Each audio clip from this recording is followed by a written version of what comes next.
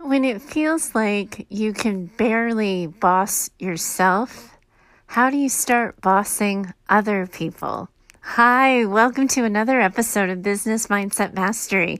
I'm Heather Gray. I'm a mindset and performance coach for business owners, leaders, and entrepreneurs. You can always find me over at choosetohaveitall.com, and I am really looking forward to today's conversation.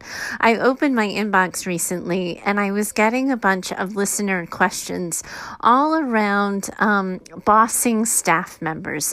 How do you hire effectively? How do you fire when needed? How do you ask a staff person to sort of explain their billable hours that they've been billing you for? A lot of different staffing issues that have come after a conversation I had at the beginning of I think it was the beginning of August. I have an episode out there. What to do when staff members fail and how to boss when your staff members haven't been, meeting expectations. And I was getting this collection of questions. I was trying to figure out how to help everybody who's been asking, but it seemed so small picture, sort of answering questions one by one and making each question its own podcast episode. And one of the things that I realized is sort of an observation I've had in the online business space in particular. I know that brick and mortar business owners suffer with sort of a lack of insight and training around effective management strategies and effectively hiring people and holding effective accountability. But in the online space, I find it more prevalent. And the reason for this is a lot of people went into business online because they wanted to escape their own 9-to-5 situation. They wanted lifestyle freedom. They wanted time freedom. They wanted financial freedom. They had this idea for how they could turn some sort of passion or skill set that they currently had and turn it into a business. At that point, when you're thinking about what you'd like to do someday, it doesn't really occur to you that choice, if you become successful, if your business starts to grow, that choice also means that you're choosing to be a business owner who's also in charge of managing staff and personnel, because that isn't sort of on the radar when on a wing and a prayer you're putting your first online product or service into the world. You just are doing it yourself. You're bootstrapping it yourself. And you get so used to doing it yourself and bootstrapping yourself that for a while it can take a lot of months of sort of distracted, unfocused behavior to realize that it might be time to get your first virtual assistant, or it might be time to get an executive assistant to help you with some of the tasks. You're so used to doing it yourself sometimes that it's hard to perceive that your job would be easier, your work would be easier if you simply hired some help. And then the next thing that happens for a lot of business owners, they start focusing on the pressures that come with sort of financially supporting staff members. They worry that if they hire somebody but the sales go down, how are they going to afford to continue to pay their staff member, especially now that, they feel personally responsible for the idea that they're also then supporting their staff member's family. And it can feel like such a burden that the last thing that comes across their mind or their plate as they're thinking about these things is, how do I manage these staff members? How do I, develop effective leadership strategies? Who do I want to be as a boss and as an employer of these individuals? And how do I make people feel like they're part of a team when we're all in different, sometimes it's states, sometimes it's countries, a lot of times it's different time zones, and all of the unknown questions, the not knowing how to, feeling like you're lacking a skill set, it starts to play at you and eat at you a little bit, and it makes you feel ineffective. It makes you feel like you've lost your direction, and it makes you feel like you have no business bossing. Now, if that last episode that I did at the beginning of the month wasn't enough, I'm kind of hoping today's sort of conversation that I want to have with you sets the stage for a clean slate, because I think that all of the questions I got, and I'm going to respond to each of you individually and direct you to this particular episode, so you know that your question got answered. But it's the idea that all of these questions come as a symptom of a poor foundation, a poor structure around staffing the business in the first place. So what I really want to offer is sort of a little masterclass workshop in bossing other people. Sort of, if you got to have a clean slate, how could you do it? Because it's my hope and my wish that as you look at the sort of the structure that I have in place, the 6 kind of steps to being an effective manager, if you will, that you can see where in your own staffing profile you may have taken a left when you need to take a right, and then you know how to backpedal to that particular skill set, communicate to your staff members what you need them to know, what you've realized, and then you can kind of put a band-aid on the situation, and then you can repair it for real as time allows. That's like my hope and my wish, is that this will give you insight to see where your conflict is coming up, what needs your attention, and then how to set a better path going forward. And then in a perfect world, if you haven't hired your first staff members yet, if you haven't brought on a team, this is like how to build the strong foundation, how to get it right the first time. It doesn't mean there won't be wobbles and there's not going to be confusion and obstacles. It is a tricky business when you're mixing personalities, trying to get a singular task done. But if you're committed to good communication, if you're committed to having, just like I talked on yesterday's show, like avoiding like weeks or months of awkwardness just to simply have the single solitary hard conversation, you can set yourself, your business, and your team for really good success. If we start to think about where this begins at the beginning, it's going to come down to the thing that makes you all, I'm sure at this point, roll your eyes because you've heard me say it 1,000 times, but you have to be really clear on the type of business you want to have. Not just where you're currently at and whether or not you're good with that, but where do you want to be going? Because you want to be able to start crafting and thinking about what tasks and what kind of specific parts of your business need to be delegated. Where is your skill set failing you, and somebody who has more expertise and a better ability to specialize in something, where would you be better served by hiring them to do it? Where do you need a generalist? Where do you need a specialist? And what specifically do you need to hire out that will move the needle in your business? You have to do that internally with mentors, with colleagues, before you ever think about getting a staff person involved or writing the first job description. And where you're at with that, it doesn't have to be your final answer. It just has to be the where your business is now and where you want it to be next answer. Because at every milestone, at every growth opportunity your business has, there's going to be time to reevaluate, to check in with yourself about whether or not what you're currently doing is currently working for you, whether or not the staff that you've hired are working out for you, meeting or exceeding your expectations, and what's best for your business, because you're going to take an active role in that process. But before you can hire out, before you can write that job description, you have to get a sense of what you want your business to look like. Not what other people are doing, not how other people are doing it, but what kind of boss and leader do you want to be?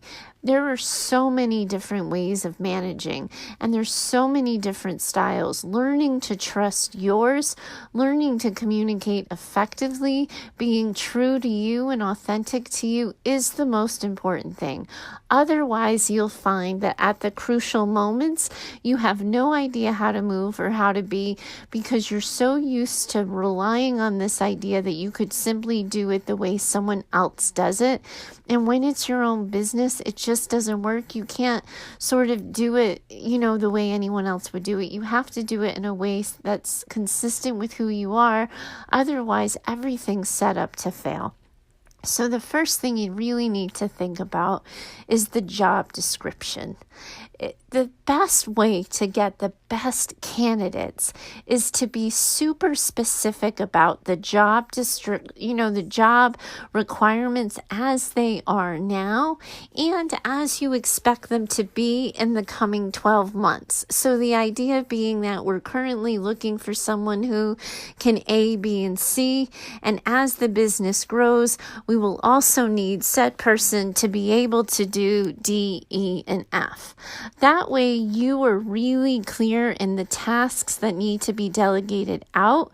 You're going to list the skill sets you expect, and you're going to list any other specifics that the person doing this job needs to have or know. So if it's training or certification or experience with, you're going to include that.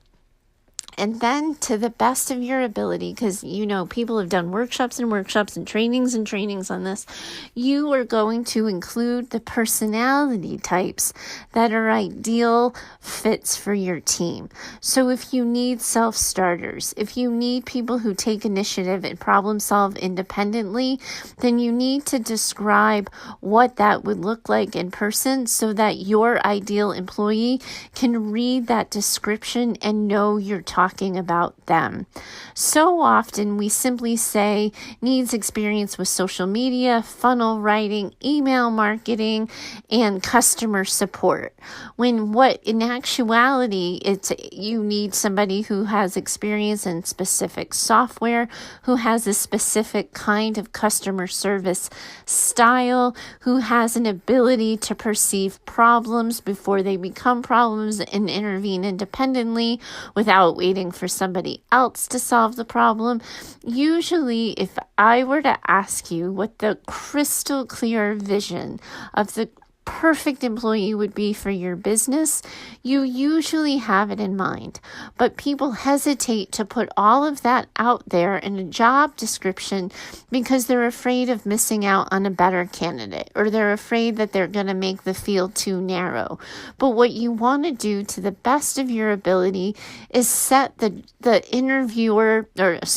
interviewee up for success. So if you know you have a casual work environment, if you know that your business runs with less structure and you're planning on that, then you need an employee who's comfortable with less structure, with a less former structure, knows how to take initiative and can ask for help when needed or something.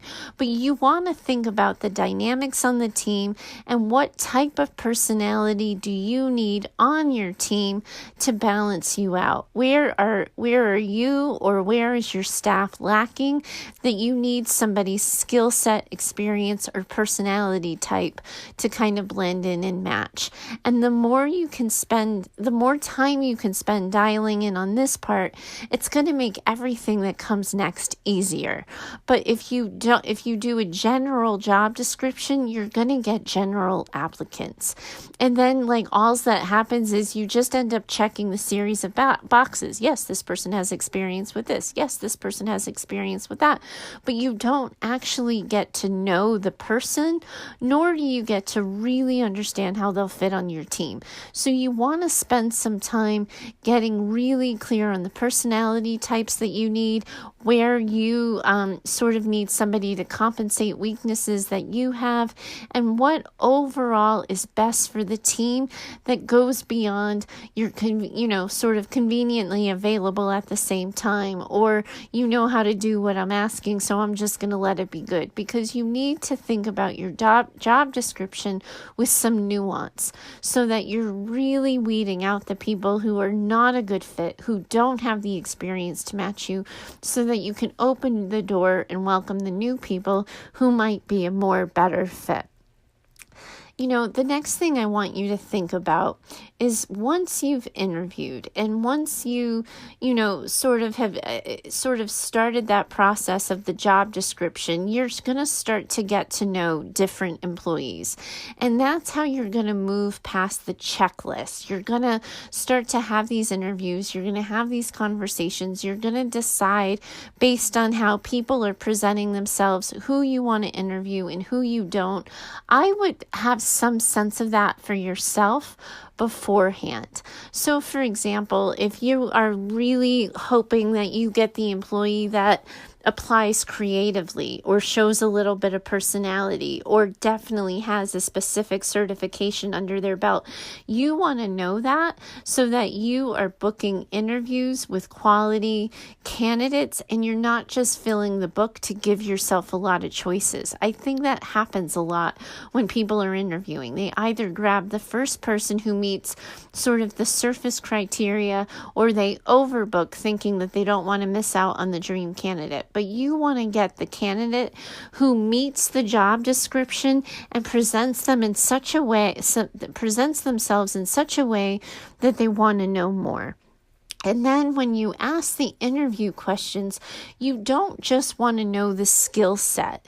You do need to know that the person you're hiring is capable and talented in doing the tasks that you need them to do.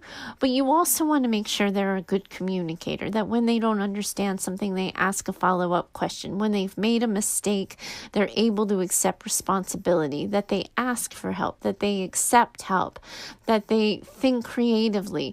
Whatever the sort of personality type you want on your team, you need to make sure you're asking questions that elicit that. And I find that a lot of bosses are so insecure in that role of asking and interviewing because they feel like they're in this position of telling someone else they're not good enough, and they hate being in that position. But as the boss of your business, it is non-negotiable. You are going to be telling people, I'm sorry, you're not the right fit, or thank you for your time and attention. Now is simply not the right time. You are going to have those conversations, and you should have those conversations as the boss of your business. But you have to do it as you get your bearings, as you get your sea legs a little bit and you find your way. So you can slow down the timing if you need to, but you really want to structure your interview in such a way that allows you to get to know the whole person. So you get a sense of how they manage conflict, how they ask for information when they have questions that are kind of embarrassing to ask, how they accept feedback is a really big question to sort of say, like when you receive feedback or when someone's holding accountability with you, can you give an example of one time it really worked for you and one time when it really, was a struggle? You want to get a sense of how sort of correctable and coachable your, prospective staff members are. So don't skirt around the interview. Be clear and direct and unapologetic so you really feel as though you're leaving the interview process really knowing a person and feeling confident in your ability to connect with them. Once you have hired somebody, so often it's really easy to say, particularly on like virtual teams, okay, so, this week I need you to do A, B, and C, and then next week if you could start D, E, and F, and then, in the third week we'll go back to A, B, and C. But when you start a new working relationship, by simply assigning tasks, you are missing an opportunity to set people up for success. So once you've hired them, once you've offered the job, and once they've accepted it and they become your staff member, you want to think about onboarding them just as you would in a way that's honorable and respectful that you would do for a client. You want to do the same thing for your staff so they feel welcome, so they feel included, and they feel a part of something. So you want to make sure that initial welcoming to your team include some opportunities for relationship building, for you to get to know the new staff person, for the staff person to get to know you, and also too, if you have multiple members of your team, for all of your staff to kind of get to know one another without having, sort of mom or dad in the room. Let them get to know their fellow staff members on their own, because that's how they'll start to build relationships, and that's how morale starts. And sometimes it's so easy when you're the new employer to feel like you have to run the schedule for all of your staff members. But what's really going to set you guys up for success is if you introduce and orient your new staff member to the big picture of your business. So that does include a reminder and a classification and clarification of their job description, but not just the tasks, how you expect those tasks to be done, how their performance is going to be evaluated, what is your training procedure? So a lot of people like to record themselves doing the tasks that they are then hiring other people for. So for example, if you're showing somebody how to load social media posts and then how to also send an email to the email community, how do you want that person trained? What do you need them to know? What are the values that are important to communicate in a newsletter? What timing and date do you want this sucker released to the universe? All of that. If you set your staff members up for success in communicating this and letting them know what needs to get done, when it needs to get done by, and what a good job does, what a good job looks like what it'll look like if they have done the job well, you're setting the staff member up for success. But you also, in this model, want to make sure you're building in opportunities where the new client or the new customer can ask for help, can say, hey, I don't know this, or I've been having a hard time finding, or could you help me with this one thing? Because you want to make sure that your staff members have a complete picture of what's being asked of you, what your timing is, and what your availability is, because that sets everybody up for success. The next thing you really want to start thinking about is kind of the structure and the way as a boss you want to communicate to your team. I think that one of the things that really differs from brick and mortar to virtual businesses is that brick and mortars very often run in the employees and the staff members of brick and mortar businesses often run into each other in the halls or at the water cooler or in the staff room. So there's this regular accountability, regular check-in, just shooting the breeze kind of opportunities. When everybody works virtually and you're managing different time zones and you're doing different tasks and you're responsible for different parts of the business, it's really hard to think about how are we going to regularly meet. But one of the things you want to do once you become a staff, sort of a boss of even only one staff member, you do want to get regular meetings on the books. You want your team members to know that we talk regularly. We talk about what we're currently doing, what needs to get done, anything with incidentals, anything that people need to know about. You're going to put out to the universe, put out to the team members that this is important. These are the values of our team. These are the values of this business. This is what I hold important. And you are going to, sort of assert yourself in the things that are important to you. And then you're going to talk to your team about the structure, how often you're going to meet, how you're reviewing expectations, when things need to get done by, how they can communicate to you when a deadline isn't going to be met, what they can expect in communication with you and in feedback with you. But so often, it's so easy to just say, oh, I'm assigning you the schedule for the month, or, oh, I'm assigning you to pick up X, Y, and Z for the event next week, or, oh, I need you to do this. And it sends the energy in sort of an outward direction. You go do this, you go do that. I need you to do that. And we know as employees that doesn't create a lasting environment for us to want to hang out in very much. But we get trapped in that mentality because it's quick and because it's virtual. I think sometimes we legitimately forget there's actual people on the other side. So you want to have a regular discussion around how tasks are going to be assigned, how the expectations are going to be defined, and how you're going to hold accountability around those things. Because then your new staff members are going to know what to expect from you. They're going to know what you demand, and they're going to know when they're going to be evaluated, so they're in control and they know what happens next, and it gets rid of the ambiguity. It reduces the likelihood that things will be unclear. And sometimes that structure, that consistency changes everything. Because so often, because we're virtual, we take these things less seriously. We don't think we need a weekly meeting. We don't think we need in-person Zoom chat. We can just text, or we could just, go on, sort of text or use one of the, I'm blanking on the term, the client management systems like Trello or there's another one that's coming to, Slack is the other one. It's so easy to hide behind Trello or Slack, but what you really want to do is, even if you're working virtually and everybody has time freedom on your team and everybody has lifestyle freedom on your team, you do still want to have regular meetings, check-ins around what you're currently doing, what needs to get done, and you want that in the book so it's consistently and reliably sort of something the new employees can lean on and predict and anticipate, because then it also models for them how and where they can ask for help, how and where they can get clarification, or if they're getting stressed or intimidated by a certain task.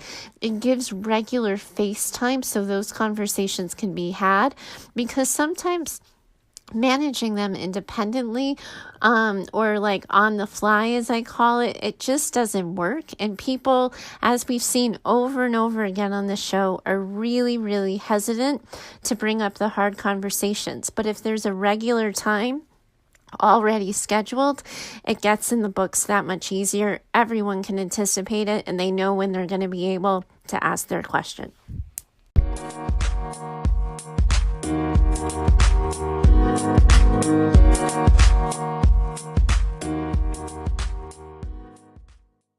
I think one of the mistakes that bosses sometimes make when they're not used to managing people and they're not used to having a staff is they feel like they want to take advantage of the time freedom aspect that comes with running a virtual business.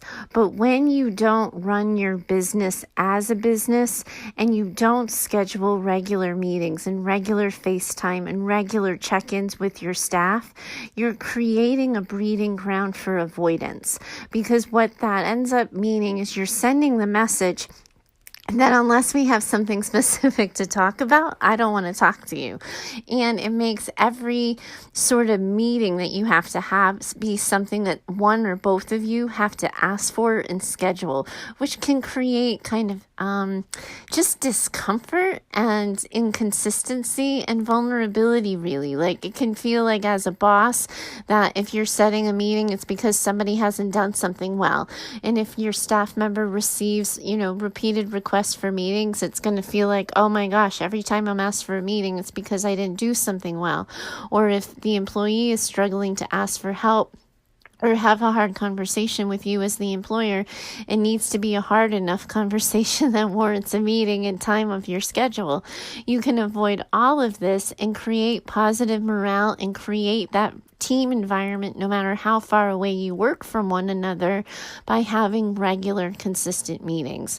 I can't tell you how many times I've been coaching bosses and clients to this, and they avoid that because they feel like, well, so-and-so has been doing this job for 3 months. Of course she knows what to do. It's her same job every week. But if you don't take that 10 seconds and something's come up, you risk not getting that information, and you risk not being able to make a pivot or a little sort of left-hand turn on information that you would have gotten ordinarily when you're touching base. Now, one of the things we all hate about corporate is meetings with no point. So I'm not suggesting to you that you just meet with your team every Monday at 9 a.m. for shits and giggles. What you really want to do is have a strategy and a structure to your meetings, so that the Monday meeting at 9 a.m. in the first 10 minutes, this is what you're doing. In the next 15 minutes, this is what you're doing. And in the last 10 minutes, that's what you're doing, so that by the end of the half hour, 45-minute meeting, everybody knows what they're supposed to do in the coming week. Everybody's had an opportunity to talk, and you just get casual relationship building opportunities, and it makes it so much easier to kind of build a positive morale, to build a positive mood, to open the doors of communication beyond, I need you to do this by Monday. Did this get done by Monday? The next thing you really want to think about, in addition to like the physical structure, is you want to think about as a boss and as a leader, what is your communication style? What can your employees expect of you? Are you somebody who emails regularly? Do you rely primarily on text? What is the best way for people to reach you urgently? When can they expect to hear from you? When don't they expect to hear from you? What is it, how are they going to know if they got a job well done? How are they going to know if there's room for improvement? If you can introduce yourself to your team members, if you can show them how to move through the world and how you move through the world rather, and then ask them how they do and get to know them and get to know that process, you're setting both of you up for success. You're laying the groundwork for really good communication from the start, and they don't get the we need to have a talk vibe. And if they don't get that we need to have a talk vibe, it's so much easier for them to approach you and to view you with more openness, less trepidation, and more honesty and more truth-telling. And really good communication is the solid core foundation of a really good team. But that also includes that it can't just be about the job tasks. You want to make sure that you have a way in your style, in your way of bossing and managing, that you are praising your staff members regularly, not in kissing their ass and every time they do something good, you're saying, good job, but we have to recognize that we are all grown-up kids. And when we want kids to sort of repeat a behavior, when we want kids to know that they've done a good job, that they've made us happy, that we're proud of them, we tell them so and we praise them and we say thank you and we show support. And sometimes bosses, can kind of take that part for granted. They say, well, of course this person followed my directions. That's what I've hired them to do. Of course this person delivered the project on time. That's what I hired them to do. But that recognition of a job well done, being seen, being understood and respected by an employer goes a really long way to building a good employer-employee relationship. So many times, you'll hear this over and over again in the corporate world, but people don't leave jobs, they leave bosses. So many people leave their place of employment, not because they really hated the job or not because they didn't like their team member, but they were no longer happy with their boss. And a way to avoid that mentality, a way to avoid a churn in your own staffing is to be really clear about who you are, but also get to know your staff members so that they know what to expect from you. And that has to mean that when they do a good job, when you see them performing well, that you're going to say so. And this is critical, because I am also going to be holding your feet to the fire, that you hold accountability, that you say to them, hey, when you started, I worked really hard for you to know that this was the job. I included this job description for you in the onboarding sequence that we did for you. We trained you to A, B, and C. I taught you how to do D, E, and F. You haven't done it. I'm wondering why. This is a step that got missed. It's affecting the business in the following ways. I need you to sort of be aware of this, and I need you to communicate with me your plan for repair or for fixing it or getting it done. If you get in the habit right at the beginning with your staff of catching them being good, supporting good, positive work product, it is going to be so much easier if also at the beginning, when you see them go right or left of center, you call that out and say, hey, I know that, you have a lot on your plate, but I did tell you that email needed to get out by Wednesday afternoon. I haven't seen it show up in my inbox. Have you done it yet? And if not, what's your plan for getting it done as soon as possible? If you can hold accountability in an easy, even way that isn't sort of filled with conflict and, sort of outward disappointment, but you're just doing some fact checking and you're following up and you do that right at the beginning, then it's so much easier for employees to recognize that this is just part of the working environment. But usually what happens is bosses avoid the small disappointments, the small places where they've strayed, because they don't want to take the time, or they don't want to hurt their staff members' feelings, or they don't want to seem to this or not not enough of that. And then what happens is bosses end up going to their staff members with a pile of things that have made them unhappy in recent months, and the staff members don't see it coming. But if you recognize pretty much that the general rule for kids can become the general rule for adults, is for every piece of negative critical feedback you've given someone, try to come up with 3 good things they've done. Now, you don't have to list you've done good at this, and you've done good at this, and you've done good at this, but I need you to do this one thing better. But you want to make sure that the ratio is that you are praising 3 to 1. And if you are not, the first thing I want you to ask yourself is, have I been clear about the expectations of my employee? When my employee has not been meeting my expectations, have I already said so? And does my employee already know that they're not meeting the standard, that they're missing the mark? Because that's the evaluation process you want to go through for yourself. So often when staff members don't get things done, it's so easy. Like I said in that episode at the beginning of August about staff members who fail, it's so easy to blame the staff member, but you really want to look at yourself. You want to look at your training process. You want to look at your communication process to see if there's any lessons for you to learn as a boss or as a manager. But then, beginning, middle, and end, your staff need to know that you're watching, that you're going to hold them accountable, that their work performance is something that's going to be evaluated, and they can expect that from you. So even if they've never had that with anyone else, they'll get used to having it with you because you'll be consistent, and it will just become part of the work rather than this sort of awkward moment where work needs to stop because they have to have an accountability conversation.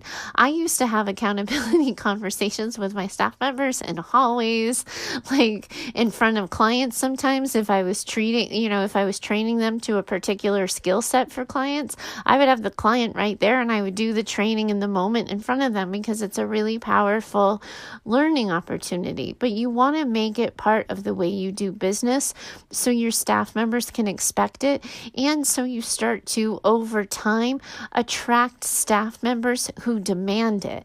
One of the most maddening things about my business when I was in private practice is nobody ever saw the work I was doing. There weren't any opportunities to get feedback for somebody to say, hey, have you thought about doing it this way? You could have done it that way. What were you thinking when you said this? It's been so refreshing for me in the online space as I consult with group programs and membership communities to be able to get feedback on ways I could do my training better, on ways I could deliver more impactful statements. I did a live event last year, and the people I hosted the event for afterwards, one of the hosts spent like 10 minutes reviewing my performance and identifying for me what I could have done differently. So I'm going to another live event at the end of, or the middle of next month, and I feel way more prepared now because I have a new skill set that I was trained to. So if we can move away from this idea that feedback is negative, that accountability is bad, and we just embrace it as an opportunity to grow, and you introduce your team culture to that, you set everybody up for success, but you're also avoiding a huge headache, because if you go weeks or months without holding accountability, you are going to have the hard conversation where you acknowledge this conversation should have happened weeks ago. And that sucks. I've done it before. I've been in that place so many times where I was like, oh my God, if I give this person one more piece of feedback, they're going to quit, or they're going to call out on Saturday's shift, and I'm going to be doing a staffing scramble or something like that. But at the end of the day, we're all just grown-up kids, and kids like to know where they stand, and the same is true with adults. So we have to find our way, and we have to find our style. It doesn't have to be easy, but once you do it routinely and regularly, it doesn't have that emotional sort of hook or draw or drain that it can at the beginning when you've never done it before. The other thing you really want to think about is that in brick and mortar businesses, morale hopefully is a part of the conversation. I know that there's a lot of corporate environments where morale only makes it to the discussion board when there's nothing else to talk about. But, if you're going to be a boss, you are going to remember why you left your 9 to 5. You're going to remember why you went out on your own and what you didn't like about a 9 to 5. And I have to tell you that there is value in building morale as a virtual boss, of creating opportunities for lighthearted fun, for team building activities, for creating a positive mood, for getting your staff members invested in the goals you have for your business and helping them see their role in it by being a positive example, having positive conversations, and creating a safe place for people to get better and to grow and to learn from feedback.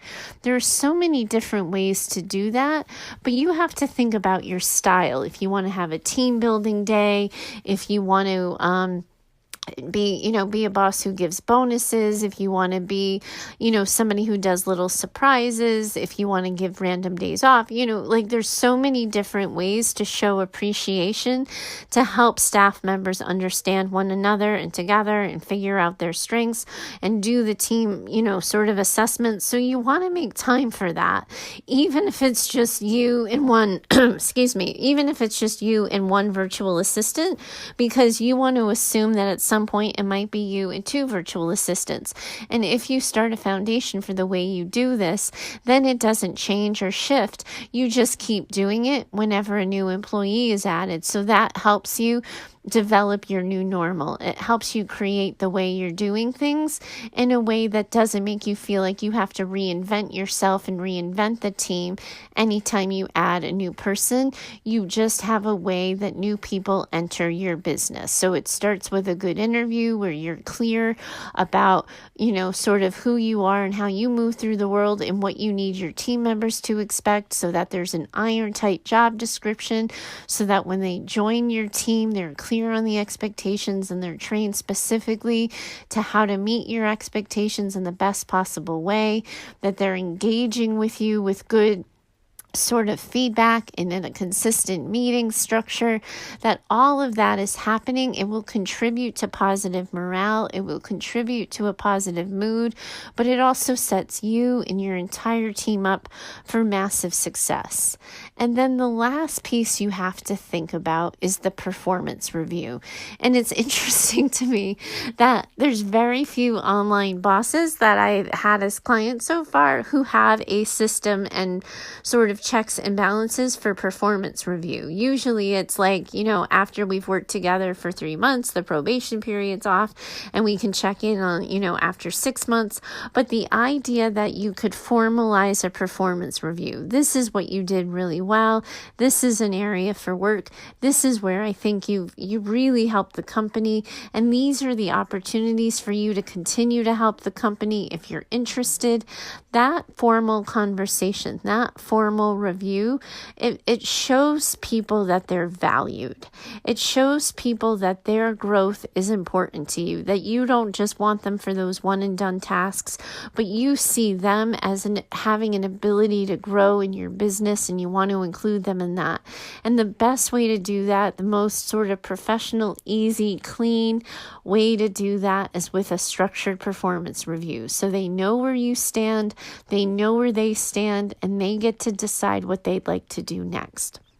I could never talk about every single situation that's come in my inbox in recent weeks, but I really do think I've hit on all of the important touchstones. The importance of having a good interview with a clean job description and being clear in communication, sort of not taking advantage of the virtual world, but maintaining structure, and all of these steps, all of these things, having the meetings, giving, praise and feedback, all of that is you bossing your business. You get to decide how, you get to find your style and build your team your way.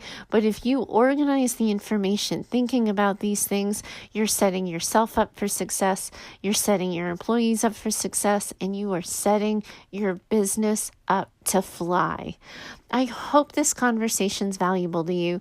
If you have questions after it, if there's something that I didn't touch upon, or you need me to go back to something with more specificity, I really invite you to do that. It's a really good conversation to have that I don't think we're having enough in the online space, and I'd really like to help you have it. You can find me over at heather@choosetohaveitall.com, and I'll get back to you with an answer as soon as possible. Thanks so much for joining me today. I really look forward to talking to you next time. Bye for now. The podcast you just heard was published with Anchor. Got something you want to say to the creator of this show? Send them a voice message using the Anchor app, free for iOS and Android.